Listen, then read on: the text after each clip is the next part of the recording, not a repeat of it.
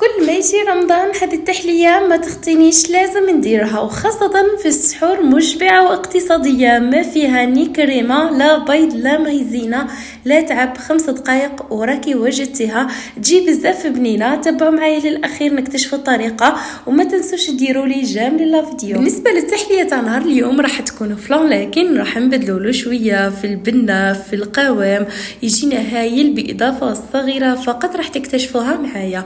عندي هنايا كاسرونه اللي راح ندير فيها 2 كيسان ونص حليب. نحط الكاس الاولى، نزيد الكاس الثانيه، ونكملوا نزيدوا النص. راح نزيدوا كيس تاع الفلان ذوق الشيكولا وزن 56 غرام. انا استخدمت هذا الكيس.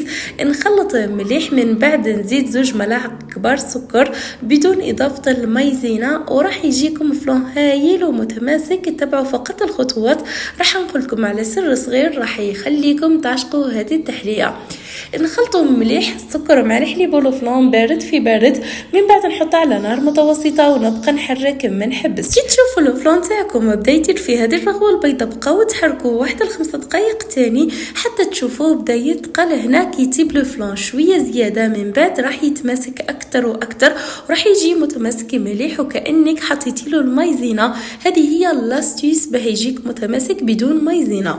من بعد فرغوه في كيسان تاعكم، وقبل ما تحطوه يبرد في الثلاجه جيبوا شويه مكسرات، اي مكسرات متوفره عندكم. كيما راكم تشوفوا انا درت شويه لوز وجوز وبيستاش، يعني ماشي بزاف بصح ريحتهم بهذه الطريقه.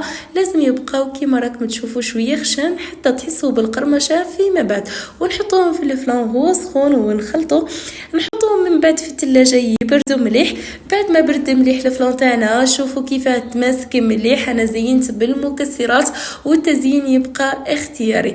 وكانت هذه النتيجة النهائية لوصفتها نهار اليوم. الكمية هذه درت لي 3 كيسان كبار. إذا صغرتيه في الحجم تاع الكيسان أكيد راح يجيوك أكثر من 6، ويجي الطعم تاعهم هايل والقوام متماسك، ويجي بزاف بنين لسحور رمضان إن شاء الله. وكانت هذه وصفة اليوم. نتمنى تجربوا الفلان بهذه الطريقة وبهذه المقادير، وراح تشوفوا الفرق. أكيد راح تعتمدوا هذه الوصفة بنفس المقادير. إذا المبتدئات الثانية تقدروا تجربوا هذه الوصفة وراح تعجبكم بزاف. وفي أمان الله.